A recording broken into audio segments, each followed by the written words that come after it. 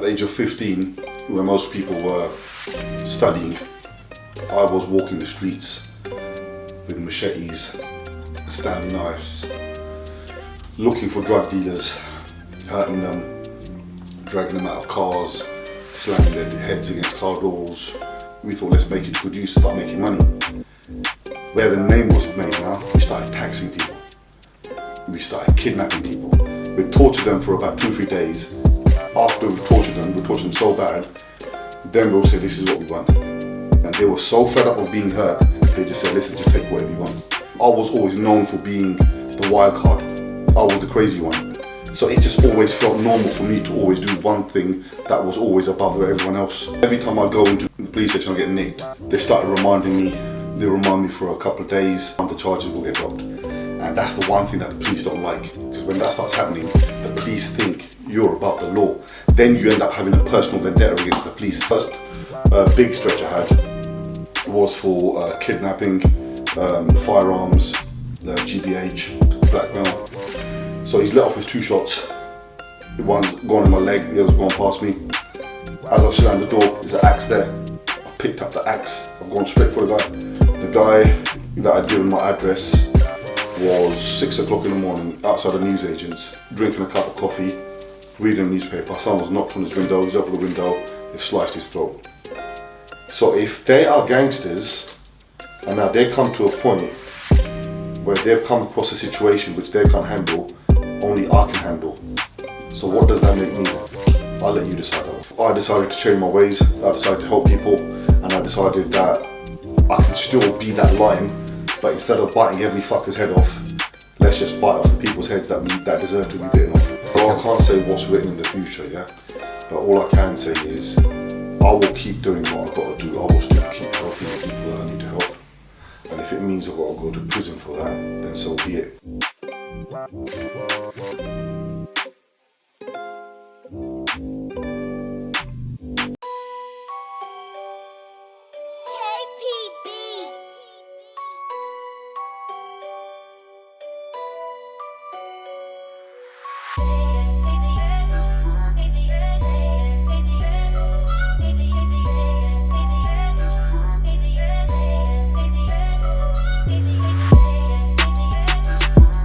Back to KRM TV, we're bringing you the most exciting interviews from around the world. Today, delighted to be in Southall with a very infamous and notorious figure, especially within the Asian community, Jaspal Singh Sandhu, or as most people know him, Injection Shere Punjab. Injection, thank you very much for giving me the opportunity. It's much appreciated. How you doing? Good, mate, good. Caught me at a bad time. Yeah, what's going on? Just recovering from a cold and a couple of injuries from the gym. Well, hopefully it wasn't COVID or anything like that, was it? No, nothing like that. You're alright, you've got nothing to worry about. Good. I won't put my mask on then. So, obviously you've got an absolute insane story. I've recently watched your documentary and recommend it to anyone. It's been crazy ups and downs you've obviously had, and obviously before, previous times you were doing some bad stuff, and now you've managed to turn it all around and do a lot of positive stuff, especially within the Asian community in Southall, but also throughout the country. Congratulations on the work you do. Thank you. But if, all I guess we'd like to sort of go back to the start and see what sort of sculpted you to become the man you are today, if possible. Injection. Well, what can I say? I was never really like this. Even the way I look, I've only kept my beard and my turban for the last couple of years. Before that, I was just like yourself, clean shaven, just a normal guy. Getting into a lot more trouble than the average though. It's hard, you know. Nobody wants to live a life like this. We all have dreams when we're young. You know, we want to work in this job. We want to be like this. Nobody chooses a life of crime. Being young, I'd seen a lot of stuff coming from a family full of criminals. I didn't know anything else. It was just crime all the time, and it was, you know, just trying to be bigger, better, stronger than the people around you. It's just trying to make a name, and yeah, you know, to be honest with you, that I started seeing when I got a little bit older, but from a young age I always had that in me. I think it was in my blood. You know, even my father, my uncles, they were stand-up guys, staunch guys, and from a young age, even as far as I remember, I think I must have been 8 years old probably, give or take a couple of years, when I first smashed a window with my fist at school.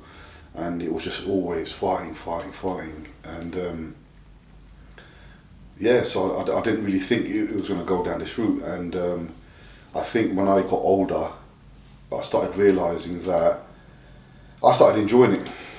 I started enjoying hurting people, and I got approached by an organisation called the Shere Punjab, who then said to me, why don't you put all this fighting in good use? Rather than just beating people up just for the fun of it, why don't you come and beat people up with us? And there'll be a reason behind it. I didn't know nothing about religion. You asked me anything about religion, I didn't know anything. And through these guys, I started listening to religious music, started listening to traditional music, Bhangra music. You know, these guys weren't just religious nutheads. They were just like normal guys, but they had a lot of knowledge about religion. And so we just used to go around just beating people, man, hurting people, like it was. And so what, sorry to interrupt you, so what was making you guys, obviously you were saying it's a religious thing, and so what, but you guys were going out and being violent, was this sort of stuff against other religions, or what? It was mainly against other religions, but to me at the time, I didn't really care. I just wanted to fight people. I wanted to hurt people. And to me it was whoever the biggest guy is, I'd go for him. And if the biggest guy wasn't enough, I'd just go into a crowd, 10, 15 guys, and I'll rumble them. You know what I mean? And it's hard to explain. Like, what age did this start though? So what age did you join the Shere Punjab? I must have been about 15. I was young. I was the youngest young age, guy. Still at school then? I was the youngest guy in the crew. The rest of them were all in their 20s. But you know, like how most people, you know, they hear some of the stories and they think, "Wow, like this ain't normal. Like you must be twisted in the head." But in our circle, it was normal to, before we go out, we'd pop into B&Q, and at that time you can get, I think it was $4.99. You could pick up a small pocket axe, and it used to be nice with a kind of one of those fake leather covers, and it was perfect. You just slot the handle straight in your trousers, and it will just come up to about there, and then the axe head will just basically be sitting on top of the belt, and it'll be perfect. You use that, chop people up, throw it away. It's just a fiver, you know what I mean? And to that, to us, that was normal. You understand what I'm saying? Beating people up, cutting people with Stanley knives, keeping knuckle dusters around you, being around people with guns. It was just normal. I didn't know any other way of living. You understand what I'm saying? People were saying, "Oh, we went to college and stuff, and you know, we were doing this." To me, I could never imagine myself doing that, because it was a totally different lifestyle. Sounds absolutely insane. And so, obviously, while you were doing all this sort of stuff, committing quite serious acts of violence, was there other criminality that going along with it? Were you guys selling drugs? Were you smoking drugs yourself, or drinking a lot, or to this time? The people that were involved with us were all criminals. Every single one of us, and still to this day, they're all criminals. Some of them are businessmen. They're criminals turned businessmen, but a lot of them at the time were just all criminals. You know, they were drug dealers, bootleggers. They were into every single possible crime you could think of. At that time there was a big thing for credit card fraud. You know, it was just madness. And but we even had good people. We had college students. We had people studying law. We had people who were applying to become police officers. It was mad. Our circle was just crazy. We had a lot of people in our circle. We had up to, I think there's up to about 2,000 members. Crazy. And so I've heard you mention before your uncle was a very notorious and serious fellow back in the day, part of all the gangs, and a gang leader, was he? Maybe of the... He was part of the Tootinangs. Okay. So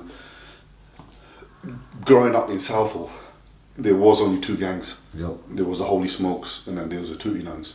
Originally there used to be one, yep. and then obviously they parted, and created 2 gangs. And coming from a family where everyone was just on that kind of flex, we didn't know anything different. There'd be helicopters looking for him every other day. There'd be police meat wagons driving up and down. Always constantly between the 2 roads where the families all lived, there was police patrols all the time, and you'd always hear about him. You'd have people that would cross the road, and this has happened in front of my eyes. They would cross the road just to go and touch his feet and then walk off again. And that is the kind of level that these guys were on. All the shop owners, all the businesses around here, they all had to pay him respect, if you know what I mean, yeah? So it was just. So you must have naturally looked up to him from a young age he then. was a G. The guy, he was a don. And is he still a serious fella now? And obviously He much still respected is. and Like the still guy, his ways. still to this day, he must be in his 60s. He could run 10 miles, just like that, on the running machine. The guy, he's a machine. So with him, he wasn't just a money maker. He was involved in some serious violence.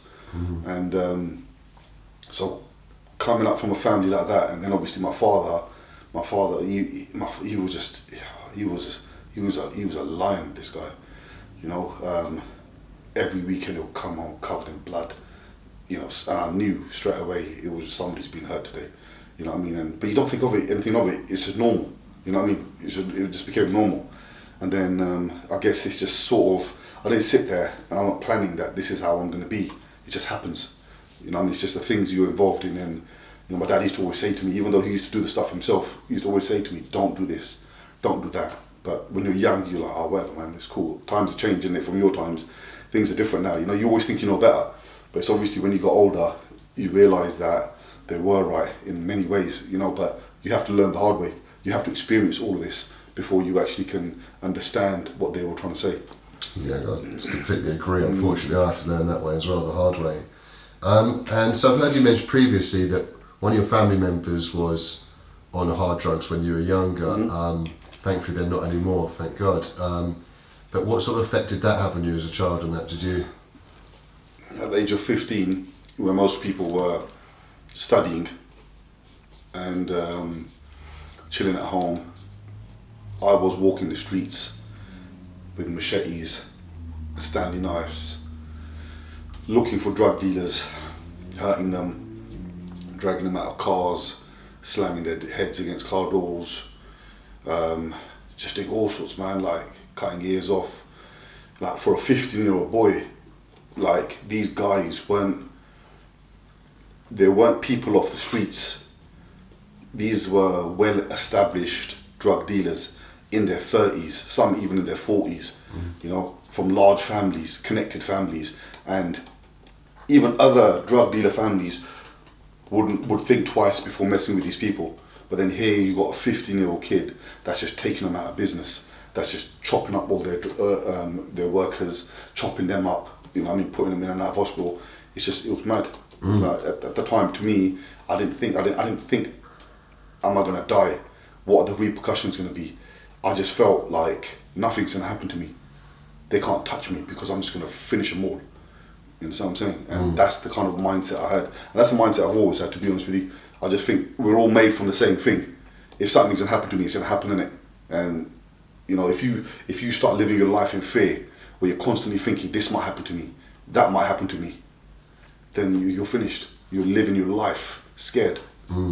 Absolutely. And so did that put you off dabbling with drugs at a young age and stuff? Were you smoking or anything like this at a young age? No? I ain't touched that, and that was one of the main reasons. You know what I mean? I used to drink a little bit here and there, but I didn't touch that. But even with the alcohol, the only reason I didn't go heavy with the alcohol is because I've seen members of the family, like within the Indian culture, it's normal for especially Sikhs to hit the bottle and to hit it hard. Because it's just the way I've got a few friends that are Sikh that all they love drinking, you know what I'm saying? Yeah, so I always try to avoid that. My dad always said to me from a young age, he goes, listen son, because if you're going to drink, come home and drink. Don't be going outside and drinking, because you're going to have a lot of enemies that are going to take full advantage of you being drunk. Don't ever let it get to that. And he was right. I'll never ever did I ever go outside and drink. Maybe one drink here and there, but I'd only do it if I had like 30, 40 guys with me, some of my brothers, you know what I mean? But I wouldn't be on my own, I wouldn't be drinking. That's definitely good advice. And so, obviously you're a massive lump today, but you started training from a young age. Sort of, what sort of age were you in the gym and started getting into your weights and I stuff? started at the age of 12. Jesus. But when I started, I was really fat. I was quite, I don't know if that's the word you can use, but I guess I was quite obese. And I remember it all started off because of the person that I was looking up to, which was my uncle. And yeah, he asked my brother to do something once, and I just happily just said, I'll do it. And he turned around and said to me, he goes, you ain't gonna be able to do it, you're fat. And that stuck in my head. And I went back. You know, when you're young, you say things to kids, you don't think they're gonna take it seriously, but it sits in their head. So I went back and it sat in my head, and I'm thinking, I'm gonna show you, man. I'm gonna show you. So the next day I started eating gym. Thing is, I'd done gym for the first 3 years. I'd done it totally wrong. I was doing the same body parts 7 days a week, and it just didn't grow. My body didn't grow, but I lost all the fat. Yeah. And I think when I was about 16, when I was about 15, when I met the Shere Punjab lot, they obviously put me down the right track, and I started training, and my bench press just shot up. You know what I mean, in the space of 6 months, and you know, I was curling like 100 kilos. It was mad, and that's when I started taking it to another level. I started taking the steroids, hence where the name injection come from. Like on average, when a person takes steroids, you'll take about maybe 1, maximum maybe even 2 injections a week. I was taking 7 injections a day. Wow, it's crazy. Yeah, you can imagine, like, it was a lot. You know no wonder you're going absolutely crazy. I was getting, yeah. So not only do you naturally have natural testosterone in your body and you're full of aggression, but imagine all of that testosterone. Like, it was a lot of testosterone, you know what I mean? It was an equivalent of about 20 people I was taking in my body, and you can imagine all that anger, that aggression. I'd wake up in the morning, and it's like I was saying to you, like, I'd wake up in the morning, and first thing I wanted to do is like, you know, most people, they get the jewellery on and this and that, they get the gel and all that. Nah, first thing I do, I get my knuckle dusters, I put them in my pocket, I choose what blade I'm going to have, and I put that in my pocket, yeah, you know, and I have a few other bits and bobs, and that was me ready for the day. You know what I'm saying? And I'll still do my thing, I'll still go to work, I'll still go to school or whatever I had to do, I still had done my normal stuff. That never changed. You know what I mean? I've always been the type of person that's always worked, always. Like, I've made a lot of money, bro, over the years. A hell of a lot of money doing silly things. But one thing I've learned in life is when you're making money like that, as easy as it comes, it will go that quick as well. And I made that choice, collective choice, to not go down that route of making that money that way. I can still tomorrow, if I picked up the phone and I can do something where I'll just make 100 grand just like that. But I choose not to go down that route, you understand? So I'll just rather just make my money the legitimate way, and that's it. But there was a lot of money being made back in the days, man. A lot of money. You did. So you've always been doing legit stuff, like I said, from leaving school, but you're also committing crime as well. Could you delve slightly on what sort of crimes? Were you against drug dealing, obviously, of what happened with family members? Yeah, so or did you in the early ages, it was drug dealing. So we were against all that, yeah. Then what happened is, over the years, and I'm sure a lot of people that are in their 30s and 40s now, Asians especially in the UK, would understand what I'm talking about. So they came to this point, yeah. It came to this point where, you know, like how in universities you've got gigs being played, you've got clubs, and they do all this, like every so often they do a Bhangra gig, so they'll get loads of Indian performing artists and they do a gig, and they do a lot of those around. What had happened is we had a big problem back in the days, and I'm not saying all Muslims are like this, but there was a set group of Muslims at the time who thought it would be a good idea to go into all the clubs where all the Asians were, universities and stuff, and beat the shit out of anybody wearing a bangle, or they had a turban, or they had a top knot, right? People say top knots. they'd beat them, and they'd keep doing it until the word got out that if you're a Sikh, you can't go to places like this because you'll get done. So what ended up happening is the Sikh boys stopped going, but the women were still going. Now what that meant was, it was an open market, wasn't it, for these fellas that were going around doing this, because now they've got all of these women, and if those women are looking for guys, they're going to go for these guys because the Sikhs are all gone now. So, because at that time there was a big thing we were dealing with, which was conversion, and they were going around trying to groom these girls and stuff, and that was what these guys were trying to do. So we thought, okay, nobody else is going to do anything about this. And this is why people say to me to this day, why do you always get involved in other people's business? Why do you always feel that you have to take the law in your own hands? Even then, we done this. The police weren't going to do nothing. So what we thought is, okay, cool. We're going to go to all these gigs where all these guys are, and we're going to do exactly the same. We're going to chop them up. And this is what we were doing. Axes, machetes, all sorts, flip knives, knuckles. We'll walk in. The first thing we're going to do, we wouldn't dance. To this day, I've probably been over 300-400 gigs, maybe even more. I've never ever met a girl in a club, because we never used to go for that. We'd walk in there and we'd stand around like this, just looking around, just scoping everyone, scoping every single person. And I'd find a group, or I'd find the biggest guy. The first thing I'd do, I wouldn't even discuss it with my pals. There would be about 30, 40 of us. I wouldn't even discuss it with them. I'll go straight up with them, straight knuckle duster in the mouth, yeah. Pull out the axe, start chopping them up, yeah.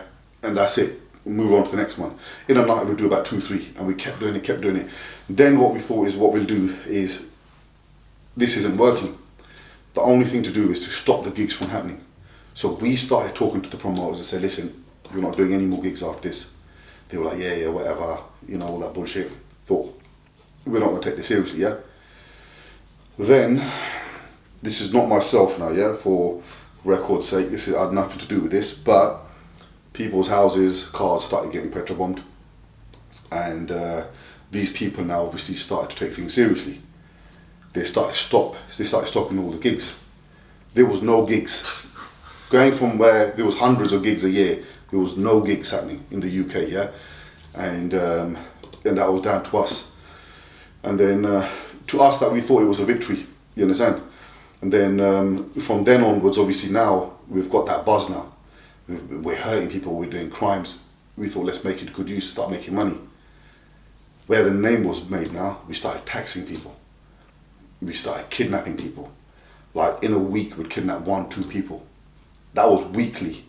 We did get kidnapped, and we'll kidnap them. We wouldn't ask them for money first. We'd torture them for about 2 or 3 days. After we've tortured them so bad, then we'll say, this is what we want. And they were so fed up of being hurt, they just said, listen, just take whatever you want. And it was just mad. The way we were doing things, every time we'd torture someone, we'd figure out a new way, which was more painful and more exciting for us to use on the victim. It was becoming sick. You understand? And that's what happens when you're in a group of people where every person that is there is egging you on, and they're all on the same flex. You're not going to sit there at one point and think, what I'm doing is wrong, because it's the norm. Do you understand? There's a lot of peer pressure on the people that you're with are all doing the same thing.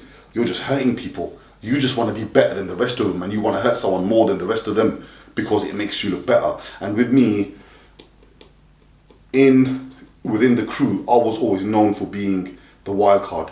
I was the crazy one. So it just always felt normal for me to always do one thing that was always above everyone else. Not that was my intention. It wasn't planned. It just always used to happen. I'd always do crazy things because to me, basic wasn't enough.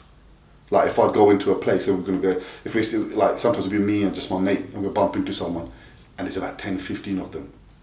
And the other guy will walk away. I'll be like, nah, let's fucking do them. It was just normal for us. You know what I'm saying? Crazy.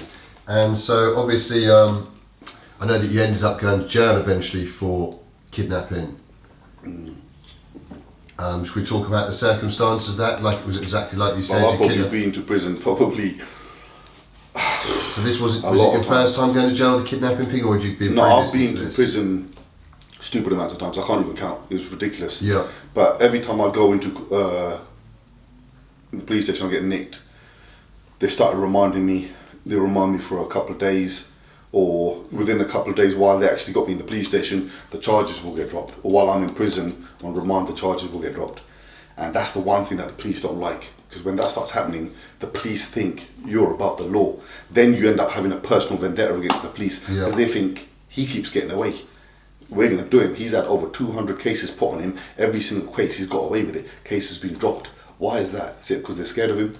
You understand? And then they go out of their way to do you.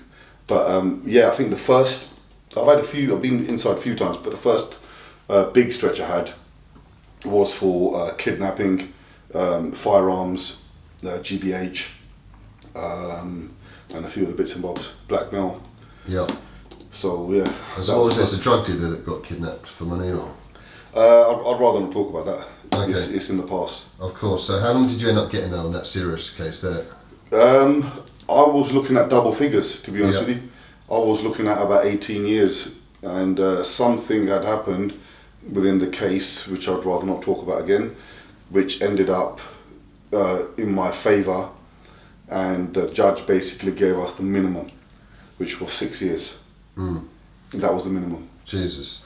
And so how about, obviously you said you'd been in jail numerous times before for little bits, and obviously it hadn't put you off enough to obviously stop committing serious crimes. They were all serious crimes. Yeah, but you ended up getting off them as but such. we ended up getting off. They were all kidnappings, people being stabbed, hammered in the head, broken bones, all sorts, you name it.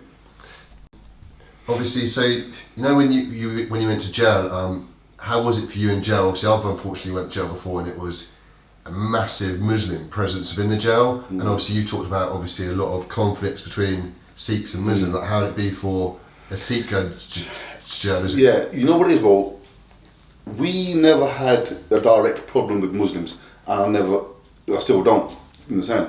Our problem was with people that were going against the whole conversion thing with the women. So it was a group of guys that we had a personal vendetta against. But when we were in prison, yeah, there was a lot of Muslims in there. And you see what it is I believe that, look, there is a lot of people in prison, a hell of a lot of people that are living their lives, they're like dead end lives. Does that make sense? They have no hope, they have no future. And if religion gives them that hope, whether it is you've been a Sikh, Christian, Hindu, Muslim, so be it. If it makes them into a better person, then so be it. But what ended up happening in prison, a lot of the prisons I went to, a lot of these so-called newly converts, or they say reverts, they were telling the imam how to practice a religion. And they were saying, you don't know, this is what we're supposed to do it. So when it starts to get to that point, that's when you know that, look mate, you guys clearly don't know what you're talking about. Maybe you should just step back and try to take in the information rather than giving out the information that you haven't even really understood yet. Yeah. You understand, if that makes sense? But that's what was happening. But prison for me, it was okay, because within the prison system, everybody knew me. My first prison sentence, I bumped into my uncle there. So I was okay, man. I was like really good, and like the governors, everyone, they all knew him. You know, they got to know me through them. And then what ended up happening was I ended up making my own personal relationship with the prison officers. Because I don't know if you remember, at that time, going back about 20 years ago, all the prison systems, the whole prison system within the UK was being investigated because the prison officers were going around badly beating up the prisoners, and I think one or two of them even died. Yeah. And so they were under investigation. They started putting up all these cameras everywhere and all sorts. And so what happened is they couldn't touch anyone. So when we were working on the servery, what would happen is people would come in. A lot of the rosters would come in, and the rosters, what they do is they'd like to stay awake till late, and then in the morning they'd be asleep until lunchtime. Yeah. So when you had the night before, you get given your ticket, your meal ticket, yeah, for the whole week. You fill it in and needs to be in by 11 o'clock the next morning. They'd forget because they'd still be in bed.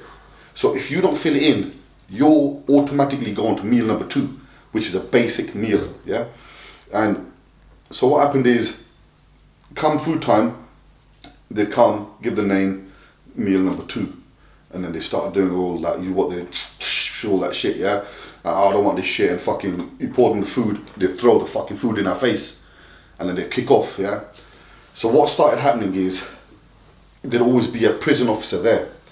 They'd started seeing that every time someone throws a fucking plate at us, literally fucking the next day, they'd be in their cell with a fucking chili sauce bottle in their neck. And that time there was no sharp objects in prison. The only thing we had sharp was an Incona bottle.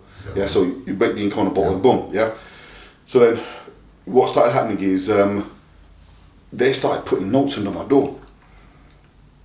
And this would be about 8, 9 o'clock at night when everyone's banged up.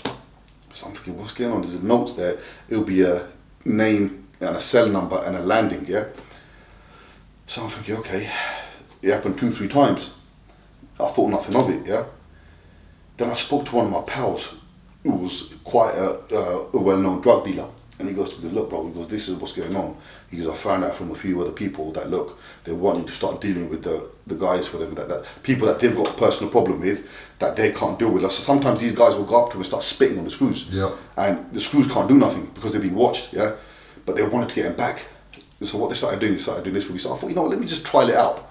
So me and my 3 of my pals went to one of the guys, one guy outside, we went inside, pillow cover over the head, stabbed him up in his fucking face, just left him there, chipped. Next day, everyone's banged up at 7:30, they've come in, opened that door at 9 o'clock, fucking let us out on the landing, innit? We were playing pool and shit, everyone's fucking locked up, yeah? I was like, okay, cool. We started doing it again and again and again. We got a PlayStation in that prison cell. At that time, there was no PlayStations. We got a PlayStation in there. We had a mobile phone that they knew about, they didn't check. We had a VHS recorder in there. There was only one VHS recorder in the whole prison. And that was in the library. You had to rent it out, yeah? And they had movies in there that you could rent out, right? So people didn't know that. What these officers done, they just jacked the VHS recorder and they gave it to us. So what we would do is, every time on Sundays, when EastEnders would be on, right, the omnibus, we'd put it on for recording, yeah? And we'd go on the survey and we'll be serving all the people and we'll be out doing our bits and bobs and we'd come back and then we'll watch movies. Yeah. And every Friday night there'd be an Indian movie that would come on like 2 in the morning, we'd record that and go to sleep, and you know, we had it good. We had it very, very good. That's what an organisation like the Shere Punjab is for, to sort of protect. Yeah, so the Shere Punjab means, Shere means lions. Punjab is obviously where we come from. Yep. It's a place in India where a majority of the Sikhs are from. Yep. So obviously it means, the name is Lions of Punjab, and it was originally the name of an army that our king had. So we had a king in India back in the days. He was a ruler of India. This is before the British took over, and his army was called the Shere Punjab. He was the same guy. You know the Queen wears her crown. In there is a big diamond. It's now been split into 3. That was his diamond basically. It's the biggest diamond in the world, and he basically owned that. You can imagine how much money he had. He unfortunately obviously passed away, and but yeah, so it was his army, and that's what they've done. They protect. The Sikhs have always done that for hundreds and hundreds of years. Like going back 300, 350, 400 years ago, when we originally went to war with the Mughals, it wasn't even our problem. It was a problem between the Hindus and the Muslims. We just helped them because that's what we do. If somebody's in trouble, we help. That's what we do. It doesn't matter what religion you're from, what faith you're from. If you're in trouble and we're walking past, we're not the type of people that are just going to walk past and let it happen. We're going to stop and we're going to get it sorted. Yeah, that's obviously very commendable street. And so obviously within this country, I've heard that obviously the Shere Punjab was started as a permanent organisation within this country, and there's been some sort of conflicts over the years between obviously the Shere Punjab, your part. Is it a national thing or a London thing or Southall thing? Well, we're pretty much national, so we've got guys all the way up north, but yes, there is an organisation in Birmingham. See, they originally started off in the 80s, yeah. And the guys that started it off, hats off to them, because they've done an awesome job, very, very good job. There was there was Indian ladies going around being robbed on a daily basis for their gold. Because Asian ladies, they like to wear gold. Cool. It's just the way it's been for loads of years, right? And there was a lot of people, a lot of drug dealers, a lot of druggies. Unfortunately, there was a town close by which the majority of the population were black. The guys there they thought it was a good idea to rob all the ladies, Asian ladies. So the Asian ladies were being robbed. The guys at the time, the Sikh guys at the time, thought something needed to be done about it. They created a gang called the Shere Punjab, an organisation, and they were patrolling the streets, making sure that everything was sorted, and then if they did catch anyone doing anything, they'd deal with it. So yeah, hats off to the guys. They've done a good job.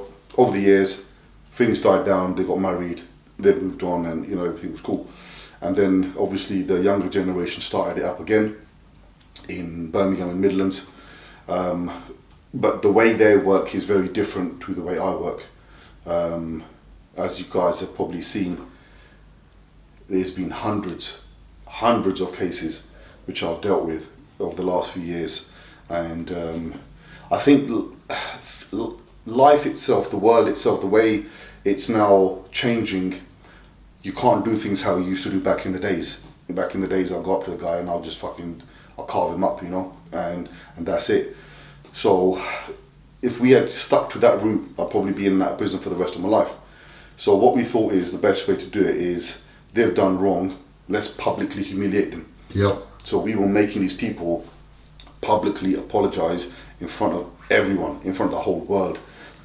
And we were getting results, we were getting answers. These people had no choice. What happened behind closed doors, behind the scenes, then that's a different story. Now, the reasons why they... that when I've seen some of the videos. You understand what I'm saying? You can tell half of the guys, they're shaking in their pants when they're speaking. But, I don't know where they got the bruises from. That's got nothing to do with me, though. Yeah. But, we got results and we made things happen. And I think a lot of the guys from Birmingham Midlands, they saw that as a threat. So they started printing out fake letters saying this guy's got nothing to do with Shere Punjab, as if they own Shere Punjab, right? And but now it's like when you hear the name Shere Punjab, it's associated with myself. Everybody knows me and my family here, my brothers here. We do everything here, and a lot of the guys, like I said before, they're businessmen. Some of them are hard criminals, so they don't really want to put their face in front of the camera.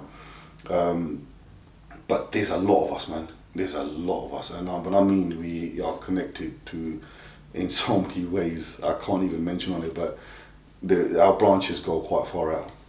Indeed. So it's a shame that obviously that where there is this sort of envy or jealousy or whatever it is that's created the conflict. It's a shame because we could have worked together. And you're all just trying to do the greater good for the Sikh community. So it's a shame. Has it ever got serious between you guys, between you and the Birmingham ones? Nah, just a few words exchanged, but apart from that, it's nothing. Everyone, what it is there's bigger problems out there to deal with, apart from silly things like, oh, you got more of a name than me, or you're doing this and we're not doing this. You understand what I'm saying? There's bigger problems out there, so we just, that's my personal opinion anyway, so, I'm not too worried about that. I just felt that, what they done was a bit of a petty thing, try and make a false letter out. I mean, desperate times in it, I guess. So, but it didn't really work, because what I've told people is from day one is, look, you guys can chat as much shit about me as you want, spread as many rumours as you want. It don't make a difference to me. It honestly don't make a difference. You know why? Because my work will still carry on. Tomorrow, your family members are walking down the street and they're getting harassed by a group of guys, drunk guys or something like that. Do you think I'm going to think first about what the public's going to think, or do you think I'm going to stop it? I'm going to pop my car up, I'm going to get out, I'm going to smash their heads in. Then I'm going to think about that. You understand what I'm saying? Because that's how we do it. Look, it's in your blood, innit? When it's in your blood, you will still protect, because that's just the way you are. When you've got that warrior blood, when you've got those warrior genetics, you will do what you have to do, because it's natural. A lion will naturally roar, because it's in him. You understand? He's not going to bark. You understand what I'm saying? So it's just in our bloodline. Yeah, so from your actions, it's obviously clear that you are Shere Punjab and you are doing the greater good and protecting obviously the Sikh community. So obviously previously you mentioned obviously you committed serious and horrific acts of violence, but at certain times obviously you've been on the wrong side of it. I've had you mention before you've ended up being shot a couple of times before. It's all part of the game, bro. I've been shot twice. Is that the same occasion or two separate occasions? Same occasion. Yeah. Someone's attempted to try and shoot me. Second occasion. I've had people trying to stab me up, trying to do all sorts, and but you know what it is a lot of the times these people are paid help. Yeah. They don't know who I am. Once they obviously find out and then things go to another level, then obviously phone calls, messages, middlemen start getting involved, and they're like, look, we don't want nothing to do with this. This is why we were involved, blah blah blah. But even with my case when I got shot, they were probably expecting this guy to just take the shots and he's going to be lying there in a pool of blood. Little did they know that over here I'm too smart. I've played with guns my whole life, so I know exactly how many bullets the guy had, because I could tell by looking at the strap that he had. So he's let off with 2 shots. One's gone in my leg, the other's gone past me. As I've slammed the door, there's an axe there. I've picked up the axe. I've gone straight for the guy. He wasn't even expecting it. He's happily just walking up the driveway, thinking everything's all cool. Anyway, police have obviously come. By that time, I've obviously left the guy there. I've gone inside. By the time the police have come, 20 minutes later, he's gone. The DNA's there. So obviously they've got him banned to rights. And the guys were so stupid, they actually went and rented out of a legitimate vehicle to do a shooting. Like, come on, at least take the number plates off another vehicle on the way, innit? Go, you're driving past, even on my street, nick the fucking number plates off another vehicle, stick them on yours. They've gone and legitimately rented out a vehicle, come and done the shooting, yeah? They've topped up their phones on the way and all sorts of that, yeah? So they've got them banned to rights. They've got their DNA on my fucking driveway, yeah? They've got them on camera when I've ripped the guy's mask off, so they're pretty much done, you understand? So I didn't really have to do much. They got found guilty and then that's about it. But I think what the funniest part was when I was in custody now, they didn't take me to the hospital. I'd been shot. They didn't take me to the hospital. They kept me 24 hours. They kept me in the cells. You'd think this guy's been shot, yeah? You'd think he would take me to the hospital. They didn't do that. They kept me there, which has actually worked in my favour, because what happened is I didn't have no phone, no nothing. Now, this had happened 10 o'clock at night. 6 o'clock in the morning, the next day, apparently the guy who had given my address, this is from what I've been told by the police, right? The guy that had given my address was 6 o'clock in the morning outside the newsagents, drinking a cup of coffee, reading a newspaper. Someone's knocked on his window, he's opened the window, they've sliced his throat. Now, obviously that's got nothing to do with me. If somebody or one of my brothers decided to take the matter in their own hands, that's nothing to do with me. I'm not held responsible for their actions. I've got a lot of people that watch my back. I've got a lot of people that are overprotective of me, and they will do what they need to do to watch my back. And yeah, that case was pretty much dealt with. So obviously you've mentioned stuff like this happening, and then obviously in the past when lots of serious cases, we end up getting dropped against you, and obviously this must have made the police realise that obviously you're a very powerful guy within the Asian community, and obviously within the great community as well. Obviously I'm sure this must create a slight agenda against you. Was there police harassment and surveillance and operations against you? Has there been over the years where you've... Brother, you want to talk about operations, yeah? I'm going to tell you a little something, and you tell me if this is normal. So, at that time in 2021, I was on the run for attempted murder. And when most people, they go on the run, they're low key, undercover, staying, like nobody recognises them, trying to keep proper low key, yeah? When I went on the run, I took about 30 guys with me. So when we went, we all went together. We were all going different places, and we were together, yeah? As a family. And we ended up in Gravesend. Now, Gravesend was the first Asian populated town, I believe, in the UK. Now, their community is very small, very tight. Well, actually, no, a lot of Asians there, but when I don't mean it's small, but it's very connected, very tight, yeah? So, they've gone there. These people have never gone to the police. Every time there's a problem, it's always dealt in-house. So suddenly we've come there. All their so-called known gangsters people that they've been scared of for the last God knows how many years, suddenly they were being chased out of town with choppers, machetes, swords, guns, you name it. And they hadn't seen anything like this. They're thinking, who the hell are these guys? The only name that they could hear was injection all the time, yeah? Because I was the most aggressive, violent one out there. And you'd think I'm on the run, I'd be keeping my head down. I was going nuts. I didn't give a shit. The police, no word of a lie, yeah? The police set up a special team, yeah? Just for us. So there was a special call center, the call line set up. They were holding meetings in the Sikh temple for victims, our victims, to come forward, saying, look, we know you guys are afraid and you like dealing with things in house. Look, come to us. We will help you. We will protect you. Yeah, stand up against these people because they will keep doing these crimes. They had a special helpline set up for the victims. Any information regarding these guys, call this number. Yeah, they had posters stuck up on lampposts. You name it, everything. They went full out. Like the main inspector of Kent, he was moved to Gravesend just to deal with us. And that is, you can imagine the seriousness of just 30 of us. And they knew I was on the run, but they never nicked me. You understand what I'm saying? And so, was it stuff like this that made you sort of turn your back on the life of crime and stuff like this? Or was it getting shot? Or was it just for the greater good, whether it's like religious and your faith becoming a stronger part of your life? Everyone goes through a certain time, a point in their life when they realise that the things they are doing need to be slightly changed about a bit. And I went through a point in my life about 8-9 years ago when I realised that I had to change my ways. A lot of people probably already know why, because of my documentaries, but at the moment I don't think I'm ready to talk about it now. But yeah, I decided to change my ways. And so without touching, sorry to interrupt you, or what it was, but you'd sunk into a bit of depression, is that correct? Yeah, somebody close to me had passed away, and to me, I went into some severe depression. I was suicidal. I wanted to hurt people, and I realised that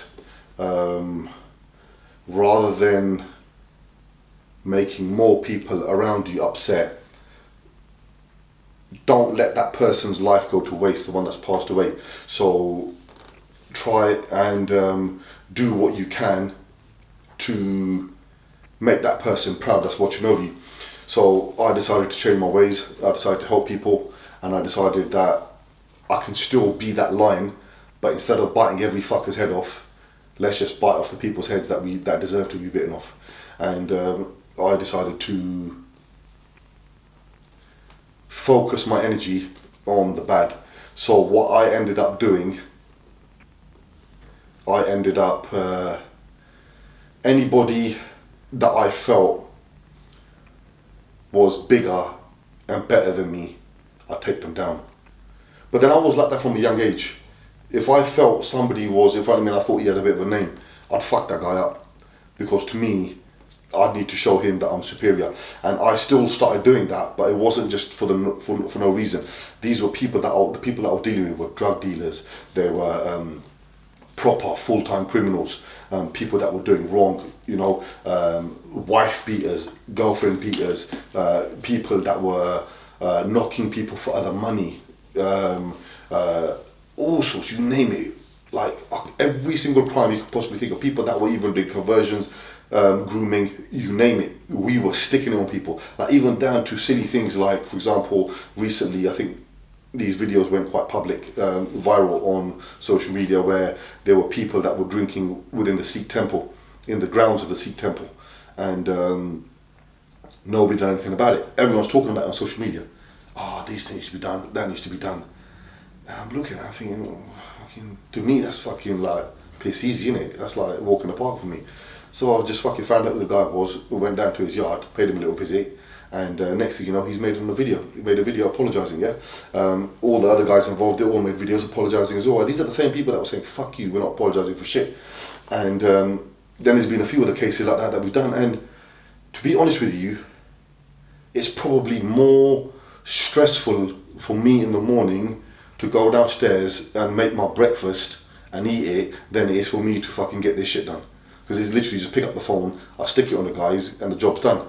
That's it. But to the world, to the public, it was like, wow, who's this guy? But it is, it's good, it's commendable, because a lot of people won't go out their way to put themselves in a situation. But they don't realise that. But the problem is, if it gets left today, it carries on tomorrow. It's going to carry on, exactly. But what they don't realise is what they are seeing is fucking hardly anything. This is the stuff that we can legally put onto social media without fucking getting nicked. Yeah. But the stuff that's going on behind closed doors, I can't put that on here. If they were to see half of the shit that I'm doing, they'd be like, fuck, you know, this guy's going nuts. He's on another level. Yeah. You understand? So obviously I can only go by what I can put on there. You understand? Mm. And so obviously you're covered in tattoos as well. You mentioned obviously off camera, was that something that sort of helped you come out of depression, your tattoos for a reason rather than... talk to me about the reasons why you got tattoos. Okay, so you hear about people when they're going through depression, yeah? They cut their own wrists. The reason for that is pain. They want to feel the pain, you understand? I guess it was a choice of cutting my own wrists or getting the ink done, you know? So every so often I'd be in there and I'd be getting inked up because I was just sitting there and I'd be going through the pain and I had to go through the pain. And that was my way out, you understand? I wasn't going to sit there and I'm not going to cut my wrist, but to me, this way it was my way out. And every single tattoo that I've got on me reminds me of my past, reminds me of life and death, reminds me of how lucky I'm here to be alive. A lot of things, man. A lot of things. It's pretty much just my life. It is on my body. And when I look in the mirror, I don't see, I think that tattoo looks good, man. Yeah, that's wicked. I look at them and I think, I remember when I made that, and I remember what was going through my head at the time when I done that. And it reminds me of trying to how I need to stay focused. Absolutely. And so, all your troubles and all your crime, all this sort of life and all that bad stuff, is that all behind you? There's not going to be any more prison sentences or any more troubles, hopefully? Bro, I can't say what's written in the future, yeah? But all I can say is, I will keep doing what I got to do. I will still keep helping the people that I need to help. And if it means I've got to go to prison for that, then so be it. Mm. But I will try my best to try and keep helping people. Obviously within the law, let's just say. And I mean, the last thing anyone wants to do is go in prison. You go in prison, what are you going to do? You're useless to anybody. You can't do anything. You understand? So my aim is obviously to try and stay out here, stay focused, and try and help as many people as I can. There's a lot of people that I help that I don't publicise it on TV because these people don't want other people to find out. You know, things that I do, like, I'll give you an example. It was only just a few days ago. I think it was during lunchtime. I thought, let me just quickly pop out getting some food. Just happened to check my messages. Got a message from someone who was saying they got basically knocked by this guy and he'd done them for $5,000 here and there. And I was like, okay. So something made me reply back, okay, where's the guy from? They go, this is who he is, this is where he is. I was like, alright, cool. Start looking at the time, how much time I've got. Literally just drove up there, 10 minutes down the road, went and stuck it on the guy. Yeah, told him he had to pay the money. He paid the money, got it all sorted. But it was literally like a 5-minute thing. But you know what I mean? Where most people were saying, oh, he's probably sitting there having his lunch. This is what I'm doing whenever I've got free time. Sometimes I'm driving around till 4 or 5 o'clock in the morning to try and help people going here and there. You know, most recently, I've helped a lot of people who have hit that track where they just want to, they want to end it all. They want to take their lives. And it just happened to be that they didn't get in touch with me because that was the main reason. Fate just brought us together, and I done whatever I could do to save those lives, and I did. You understand? And to me, that's a result. Of course. And so, obviously, I've seen you try to do a lot, obviously, within the religious stuff, obviously trying to get donations and investment within the Sikh community, within the place of worship. And I know that there's been issues with you when you said you were in Crawley before, and there's issues. Obviously, there's a lot of politics in the religion stuff that goes on. I've just given up when it comes to politics. Like when I was in Crawley, I've done so much to try and help the Sikh temple there. These people, everyone, no matter wherever you go, it's just using, abusing it. You know, even in Southall, I've tried to set up gyms here for the youth. You know, try to get donations from people. You know, put money from our own pockets. Try to set things up for the youth. But when these certain members of the communities, of the temples, they want votes, they will lick arse. As soon as they've won the elections and they've got the votes, then it's like, see you later. So I've got to that point now where I'm staying away from all that shit. I just do all my shit and I just leave the politics for the politicians. Of course. And earlier you mentioned sort of girls getting converted. Obviously, you got a problem with that in the way that it was doing before, where they were beating up Sikh boys, and so at the dance, that's understandable. But in terms of mixed marriages, what's your feeling on the mixed marriage situation? So, you know, that is a bit of a sore subject, yeah. I ain't really got a problem with mixed marriages, okay? If somebody wants to go and get married to someone from another religion, another faith, they want to get married to a fucking dog or a horse or a fucking crocodile, I don't give a shit, to be honest with you. What I do believe is that when you're in a faith, you are born in a particular religion. Either follow that religion or don't. You can't call yourself a Sikh if you're not going to follow or try to follow it as much as you can. Now, I'm not a perfect Sikh, but I try and follow it as much as I can. I'll give you an example. So, you've got the Vatican, yeah? The Vatican is a place of worship where decisions are made there, and everybody in that religion now has to accept that decision because that is final, right or wrong, yeah? When a decision is made in the Vatican, it's final. So we have something similar which is called the Akal Takht, which means the highest throne, and that is the building that surrounds the Golden Temple. Now, in the Akal Takht, there was a decision made quite some many years back that if you are not both from the same faith, both Sikhs, you cannot get married in the temple. Now, there's nothing stopping you from having a court marriage. I ain't got a problem. If you want to have a court marriage, you can have a court marriage, it's not a problem. But the way I see it is, how can you call yourself a Sikh? How can you go and have the religious ceremony done when the people who are in charge of the religious ceremony saying that you're not allowed to do it? That it's banned, you understand? And the reason for that is, like I was speaking to you earlier on, if you're standing in court and let's just say myself, a Sikh, stands in court and I'm going to be a witness or I'm being questioned or whatever, they bring the Bible out in front of me, and obviously you got to put your hand on the Bible and you got to solemnly swear that everything you say is the truth and nothing but the truth. Now, if I was a Sikh, they would obviously bring my religious book, right? They bring the Guru Granth Sahib or the Gurkha, right? And we put a hand on there. If you're Christian, they'll obviously bring the Bible.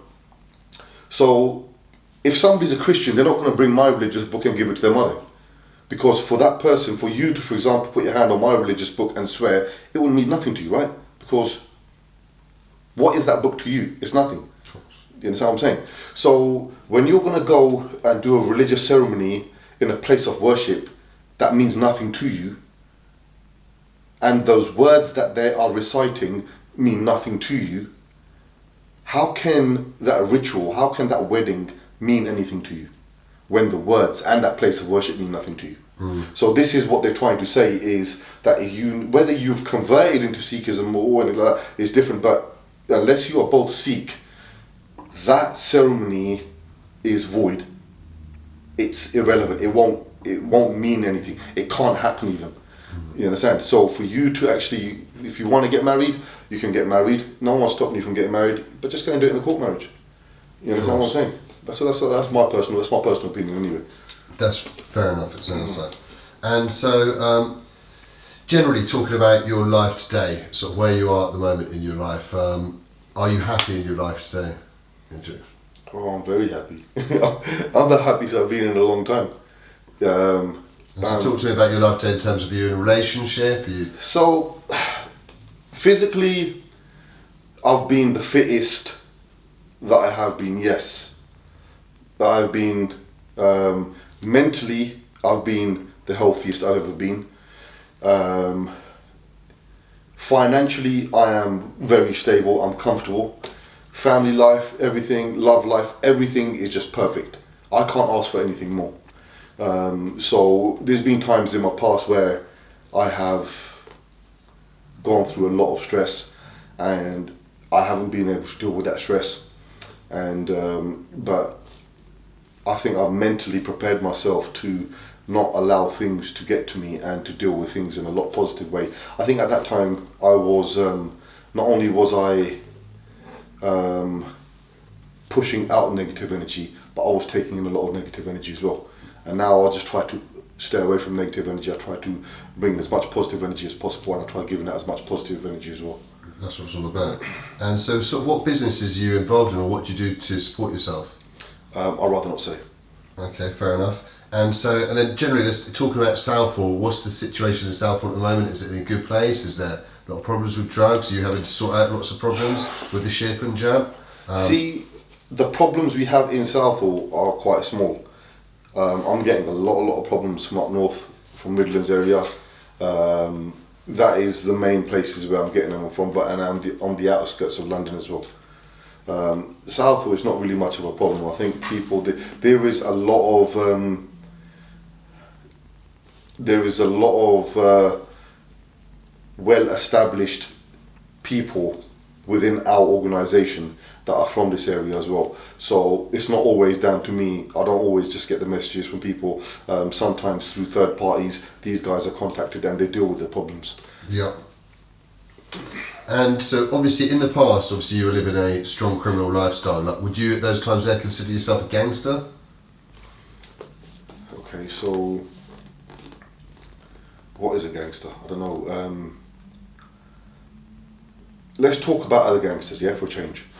So you've got gangsters who call themselves gangsters. They all end up in problems eventually. Every gangster will end up in a problem eventually that is too big for them to deal with. Now, the problems that they can deal with themselves, they will deal with, hence why they're gangsters. But they will come to a point where they will come across a problem which is too big for them to handle. Now, what normally tends to happen in a situation like this is they always contact me. So if they are gangsters, and now they come to a point where they've come across a situation which they can't handle, only I can handle. So what does that make me then? I'll let you decide that one. Are you a changed man from this? You know, where you change your ways and you become a lot more religious and man of faith, someone who's less willing to resort to violence, deals with problems in a more positive way. Would that make you sort of weaker, per se, within... Let me answer your question, yeah? Obviously, before I say anything, I don't believe it does, but per se, within the Sikh community or certain things where you're not that same man who's going to go around and do the same sort of acts as before, would people perceive you to be? People can think what they want, to be honest with you. But answering your question, if you have a lion, yeah, and you've got this lion and you've caught him from the jungle, and he's a wild animal, he'll kill anyone that comes in his way, yeah, and you've spent the next couple of years taming this lion and you've trained him up to become a house cat, yeah? You've trained him up very well and he's good with the family, he's good with everyone, yeah? Has he still got that capability to kill someone? Right or wrong, he has, isn't it? Definitely. So no matter how much I calm myself down, push comes to shove, I'll still deal with whatever I have to deal with. Absolutely. And so, obviously, looking at the size, training is obviously a massive part of your life still to this day. You're looking in great shape.